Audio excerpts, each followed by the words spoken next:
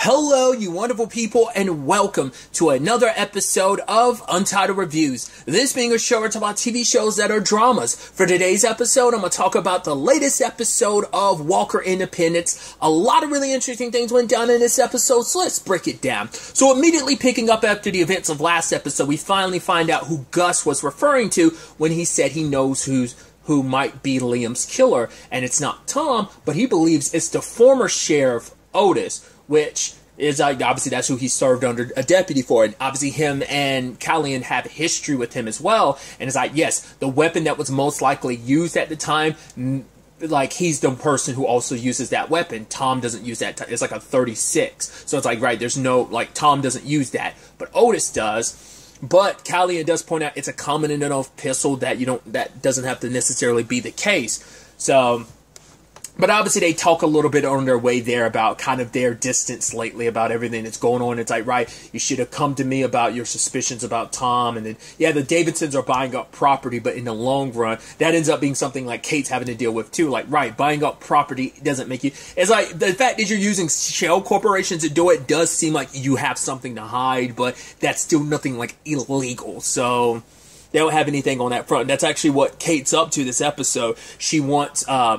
as she says, that's not her boss. It's more so like her handler because he apparently couldn't cut it out in the field. So he wants to talk to the witness, Abby, which we'll circle back to all of that later on in the episode because like everything that could go wrong kind of goes wrong in this episode. But first and foremost, Gus and Callian go to meet with Otis about all of this.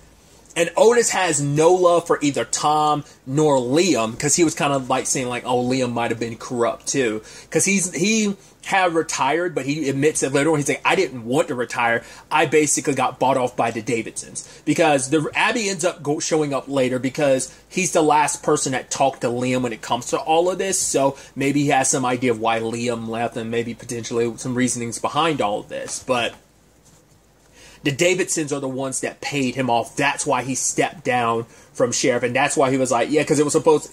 They probably paid him off to step down, but they probably didn't pay him off for Liam to... Well, it's so interesting because later... I'm jumping around a lot. I'm sorry. So, later on, Abby finds out that Liam, in actuality, got paid to leave Boston to come be the sheriff here in Independence. So then why would the Davidsons paid for him to do that, so why would they then murder him? I guess because he was a loose end, or maybe he was having reservations about it. I don't know. Like, why go through the trouble of murdering the person you're setting up in that position just to put Tom in that position? Because I guess the point would have been like, as long as you had a sheriff in your back pocket, that was fine. They felt like Otis, like, yeah, he's old news. We need to get someone who's severely indebted to us. Us paying Otis off, that's one thing. Liam, they paid him enough to probably get away from whatever trouble he might have been facing in Boston. So it's like, oh, you're severely indebted to us, so you're going to do what we want you to do. And maybe Liam refused to play ball, and maybe that's why they killed him. Because Tom being in that position makes a lot of sense because they need someone, like I said, that they can control in that situation. Him being family makes that a lot easier. It's just like, oh, it's like one of the Davidsons in that position. So that's why I'm like, now this episode, because one of the earlier episodes, I want to say maybe episode 2 made you go, maybe Tom didn't kill. But it's like, no, it seems like he fits the bill, but maybe he actually wasn't the one who actually pulled the trigger when it came to Liam.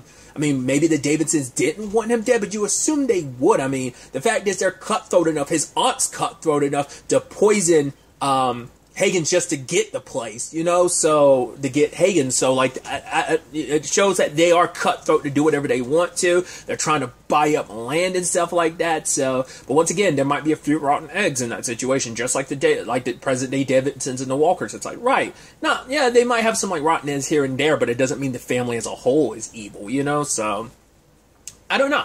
It's going to be interesting to see how that ultimately ends up, what that all ends up meaning, because obviously it shakes... I mean, Abby wondered what she'd find about her husband, but it's one thing when you think he's going to have secrets. When you find out something big like that, like he got paid off, he lied, he took a bribe. Like, the man that you love, her image of him, she said whatever comes, she'd accept it, but it's still a hard pill to swallow. To think you're going to find something out about your husband versus, like, finding something out is two different pills to swallow. Because this is a situation of, like, right, he's not the man that you thought he was, that he could be that he is fallible, that he's done something. Like, she has no idea why they moved out to Independence because he didn't really tell her. Now it's like, oh, you were paid off to do it. And so that, like, that maybe Liam wasn't the innocent person and it's the innocent sheriff that was murdered in this, that he had some part to play, some role to play in all of this too. Maybe he agreed to it. Like I said, he could have easily, like, had his misgivings about it, and maybe that's why the Davidsons had him killed. That's a potentiality. Because it turns out, in actuality, Otis actually has an alibi. He was with Francis Reyes, like, helping with, like, a cattle situation. Which is why they went to go see him, to kind of, hey, like, turns out Otis did have his alibi. But what's interesting, though, is Otis noticed this, that two of the ranch hands that were there at Francis's ranch were two people that weren't there. Because he was like, yeah, me and Francis never strayed from that the pathway when we were getting those cattle, but you know who did? Those two ranch hands over there. He's like, I remember them. It wasn't until he came back here and saw them they remembered it. So the fact is that two ranch hands who might have had something to do with Liam's death, who were involved, at the very least were, like, could have been in that area. But the fact is they're working for Francis. It makes you go, like, I believe, just with everything that plays out in the episode, I think his son's behind this. I think he probably wanted to play ball with whatever the Davidsons are up to, but his father refused to sell, because he's probably like, oh, because they're buying up all this ranch land and all this land, and obviously they're losing the cattle, and it might be a situation that the son is actually helping them do it, because he's probably getting a cut on the back end, or even he was telling his father, oh, we need to sell out to the Davidsons, but he refused to. Because there's that whole moment Francis had earlier with Hoyt, because he's like, no, me and my wife, we do think of you. You've always been a part of this family. So, you know, we would be kind of misgiven if like, it would be saddened if anything ever happened to you. And he talks about a history that Hoyt and his dad have, where, him and Hoyt's dad have, where it's like, hey, like, your father, like, you were actually the firstborn son of Independence, and there was something like that tree and the significance of it. It's kind of like, it's kind of very important to the Rollins. And it's like, yeah, your dad might not have been able to see you grow up into the man that you are. But he's like, right, maybe we could, because I think, wasn't it like running the ranch was actually supposed to be something they were going to do together? Or, because obviously they also reference the sidestep, which we know, like, obviously later down the road, the sidestep being where it is right now. And I talked about this a little bit in Walker, how Jerry is looking into something about Hoyt while she's away. So I'd suggested, I hadn't seen this episode, Walker Independence yet. So I was like, maybe there's some correlation with where, just because like Matt Barr is in this. So maybe there's room for him to like pop up in some like cameo flashback appearances type of situation in, Walker. And as Jerry's kind of like deep diving into something related to Hoyt. So I don't know. There might be a correlation. The fact is we're getting this storyline here along with that happening with Jerry and Walker. So we'll see. Which is so sad too, because I thought the reason why, like later on when he accepted the fight and everything, I thought he was going to get the money. Well, the money in the long run was for, because I thought he was going to say like, oh, I'm going to want some compensation. I didn't know he was trying to set up a betting situation, but a betting situation does turn a little bit more favorable than getting like a standard fee. Because then they get to dictate how much money you make. But if you're setting up a betting situation, you increase like what kind of amount of money you can make. So he threw the fight. At first I was like, oh, he did this before I thought about the money situation, I was like, oh, he's doing this to hurt the sheriff because the sheriff is all gung-ho about this little fight club thing that he's putting together. And I was like, oh, he's doing this because like for Hoyt, it's a way to give a middle finger to Tom, because for Tom, this fight means too much, because he's trying to impress like this railroad guy, because if they can get on good terms with this guy, can kind of convince him to build the railroad through Independence and that whole thing, right? So I thought that's where Hoyt was going with that. Like he just wanted to kind of embarrass the sheriff, but it was mainly about the bets. But I think he thought in the back of his mind, it also would like, hey, I'd get some money and I'd ruin the sheriff's reputation at the same time. I thought that's where that was kind of going, but it kind of ended up backfiring. But we'll circle back to that in a second. But yeah, like because there's definitely something going on. Like circling back, I believe Francis's son is responsible. Like I said, just like him happened to be there at the exact same time to be like, it was Callian, even though there was like a gunshot went off, we was like, well, we don't know where the gunshot is, because we know Callian had a gun with him, but like, it was an arrow that killed Reyes. I guess the whole thing would be like, oh no, like my father fired off a shot at Callian, but it's like, why would Callian do that? He'd have no reason, because his people and Francis are on good terms. It's like, right, they were in fact going to help with the whole Davidson stealing their cattle situation. So it's like, right, the son looks to, like, because he's probably trying to inherit all of this so he can make whatever deals he's trying to make. Once again, the fact is that the ranch hands who might be in cahoots with the Davidsons are also working there seems awfully suspicious, because I was starting to wonder, like, could it be that, well, I was like, well, Francis and Otis are each other's alibi, but I was like, not unless Francis is covering for Otis for his own reasons, but it seems like no. Like I said, I think this was out. I think Otis, like Francis, was a good guy, and so was obviously Otis. Yeah, he had his issues, but I think he's a good sheriff and a good guy. But I believe it is his son, because especially like when he was hearing all that stuff about Hoyt, you could tell him turning, looking back. He's never had much of love for Hoyt, but also it seemed like his father extended an olive branch to Hoyt, like he was part of the family. It's like, no, you already have me. You don't need this outsider to be your son. Like, stop treating him more like your son than I am. So we'll see. It's just like, and especially because Callian wasn't in his right mind at the time, because he keeps envisioning that girl. I think it's a girl from his tribe that went missing, and apparently Otis didn't do everything he could. Because all three of them have worked cases in the past together, finding missing people and stuff, but this is the one that got away. This is the one that they never solved, they never found out the truth about. So, Callian wasn't in the right place at the time, and he was seeing the girl, and I think he's caught up in his grief and maybe seeing visions of her. But I think that he was holding onto his head, so I almost wondered, did he get hit in the head or something at the time? But he was probably just confused because he was in a daze. Because Gus does say, like, it happens from time to time. So, once again, and it also makes sense. He is the perfect fall guy, because everyone's going to believe it, because he's an outsider in the town more so than anything. So it makes him the perfect fall guy. So they're not going to hesitate. The entire town is going to be all gun-ho, be like, yeah, believing it about him and hanging him, you know. So I don't think it's going to happen. I think they are going to find out the truth, but we'll ultimately have to wait and see how that plays out. But either way, circling back to the fighting really quickly, obviously, like I said, Tom is trying to put in a good impression with the railroad guy. And even Kate's like, this is a stupid idea. This is a very stupid idea. Hagen learned from it the last time, because it's not worth it, because the bar getting smashed up and the place getting smashed up, the way the girls are going to be treated and hassled is like, no, you're going to have to pay more money to repair everything. So that's why Hagen never did it again. But for Tom, it's like too much is riding on this, too much of like his family, in particular his aunt, once again, who is like a mother to him, who was there for him when the rest of his family kind of wasn't. So her counting on him a lot. He has a lot that he wants to live up to when it comes to her expectations, both kind of himself. And once again, I do believe this is all about proving something to himself and to his father. So, and I think that pride kind of got the best of when he's like, all right, the railroad guy has no interest in it. All right, when Hoyt failed him, he gets into the ring. Yeah, he holds his own to some extent, but it's really like the guy Andrew that he's fighting whoops his ass. And then Kai, who had, talked about, like, the fights. He's like, because on the railroad, because, obviously, Kai was part of, like, the railroad, like, being built and stuff like that. Obviously, that's sadly a very prominent thing at this point in time in history. But they couldn't make enough, because obviously they were indentured servants, like they were just indentured like workers. So it's like, yeah, of course you're going to get paid piss poor wages, just because you're labor. So it's like, we'll pay you the bare minimum. So they got into fights. They would fight each other for the purposes of other people's enjoyment, but that's also how they made more of their income.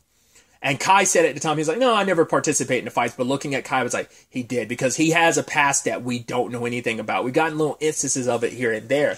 But the moment he leans over to the sheriff and gives him an idea about, like, right, tire him out and then hit him in these 3 particular points. And, the sheriff does. What I thought was interesting, though, because Abby shows up to watch the fight. And then ultimately, in that moment, she was staring him down. And Tom looks at her a little bit and kind of smiled, because I think he was trying to show off in front of her. I think because the twisted thing is he likes Abby, and I think he was trying to make a point. I think he wanted to show off in front of her. He wanted to look cool in front of her. So he ultimately wins the fight. So that's why I was saying earlier, Hoyt's attempt to, if that was a byproduct of it, because hearing them cheer sheriff, he kind of looked disappointed in that, because he was probably hoping like, right, everyone would be disappointed. He didn't expect the sheriff to step in the ring and win. But Kai's going to help him out because he helped out Kai last episode, because Kai doesn't know the ins and outs of everything. I mean, obviously if Kate asks him to do something, like, of course he's going to do it, he's going to be a part of it, but he owes the sheriff because the sheriff had his back last episode, especially because the sheriff showing up when he did, scaring that guy away, made it so that Kai didn't have to cross the line and kill him like he was seconds away from doing. So Kai feels very indebted to the sheriff in that regard. So he doesn't know all that the sheriff's accused of, but it's like, you know, because he's kind of kept out of the loop of all that. Which, speaking of the whole Kate thing, I thought was sweet. She's like, yeah, I kind of have that effect on people, but she's like, that's one heart I don't want to break. She likes and cares about Kai too much that she feels like she'll do something to break his heart. We also found out that her quote-unquote handler, what's his name? I couldn't remember his name until now. I think it's Evan. He was a person that apparently they had fun together, but he wants it to kind of be more, and she's like, no. It was fun that we had. Let's focus on business. So I am curious, is that why when, I guess this was more, because I think she already came back from the bank when she showed up to the fight and everything, and I don't think she had gone through all this stuff until the next morning when she was talking to Kate about finding out about Liam and the payments he got. But I think that was more so after the whole conversation with Otis. It kind of put things in perspective of like, right, the Davidsons, and she probably was just kind of like, yeah, this is what you deserve. But now, obviously, it probably cuts even deeper, him getting celebrated. Hell, there's even a newspaper written about him. Because the railroad guy had no interest. He just kind of left regardless of it all. And that kind of pissed Tom off. It's like, right, I put on such a good show, and that still wasn't enough for you, you bastard. But the town loves him, so that's why it severely backfired. Like, the town already liked him to some extent. Kate's performance, like an episode or two, like 2 episodes ago, was put him down a little bit, made a joke of him. But now he's beloved in everyone's eye. Like, he's going to be like kind of a true son of independence. Could have been Hoyt's opportunity to be a hero, but I think, you know, he had other priorities for him. He saw this as an opportunity to help out what is essentially his family with the Reyes. But it kind of, once again, everyone kind of walked away a loser in the situation. Even Tom, because he gets what appears to be shaped at the end of the episode, and it's like, there's a good possibility it could be the guy that he scared off that was bothering Kai like a couple episodes ago. It could be him. It could be an enemy of the Davidsons coming to strike now, or I don't think it was Hoyt. I mean, not Hoyt, Otis. I don't think it was him. Because I was like, well, he has potential motive to do it, so it could have been him. It could be people that he's working with deciding to go against him because, like, hey, you ain't doing us favors. I have no idea. Because I mean, maybe it's unrelated to Tom directly. Maybe it's just him being sheriff that they have an issue with. But I'm assuming that's a Davidson issue, whatever that is. So you've got that. I believe the guy that Kate saw shaking Tom's hand, I do believe that was, because he was like, yeah, the railroad guy never showed up. But like, the fact is, I believe that was Evan. So it's like, cool. He's got ties to the Davidsons. So I shouldn't let him talk to Abby. Like, because obviously he didn't tell her the wife. He's like, right, we have a witness, the wife, but she never said who it was, and I think it's a good thing. So he's probably in works with the Davidson being like, oh, okay. I mean, it makes sense. They have a lot of people in their pockets, so why wouldn't you have any, like, investigators and stuff like that? Especially because you have people, like, you know, you pay off the right people, they can look into people for you, find out any dirt that might be coming their way that they need swept under the rug. In the case of the Davidsons, it's like, oh, pay off, like, if you pay off an investigator, be like, hey, hey, if you find anything, hear anything about my family, tell me what it is, and I'll try and, like, deal with the situation, or I'm going to pay you off to deal with the situation for me. So now it puts him in a very complicated position. I'm not sure if Gus pieced it together, because obviously Otis brought up the fact is that, like, Liam had a wife and no body was found, and Gus is like, why, is that what you've been holding back from me? I don't know whether, like, because I don't doubt they all talked, but I mean, by the time we cut back to it, like, Abby was on her way to leave, and Gus made that comment, and Callian didn't really respond. So I'm wondering, Callian's probably not confirming it, but maybe Gus had some suspicions of, is she Liam's wife, or is it a thing of, oh, you know where Liam's wife is. I don't know what to really make of that, heads or tails, but some very, very interesting elements to keep in mind as we go into this next episode. I'm sure a big focus of this episode will be Callian and being on trial, and everything kind of pointing towards him being responsible for this. There's also, once again, that this all happens at the same time with everything with Tom, so we'll ultimately have to wait and see what other stuff is revealed about Liam and his circumstances too. But really, that's all I want to talk about. Till the next time we meet, be happy, be safe, live life to the fullest, and enjoy it. Good day, and goodbye.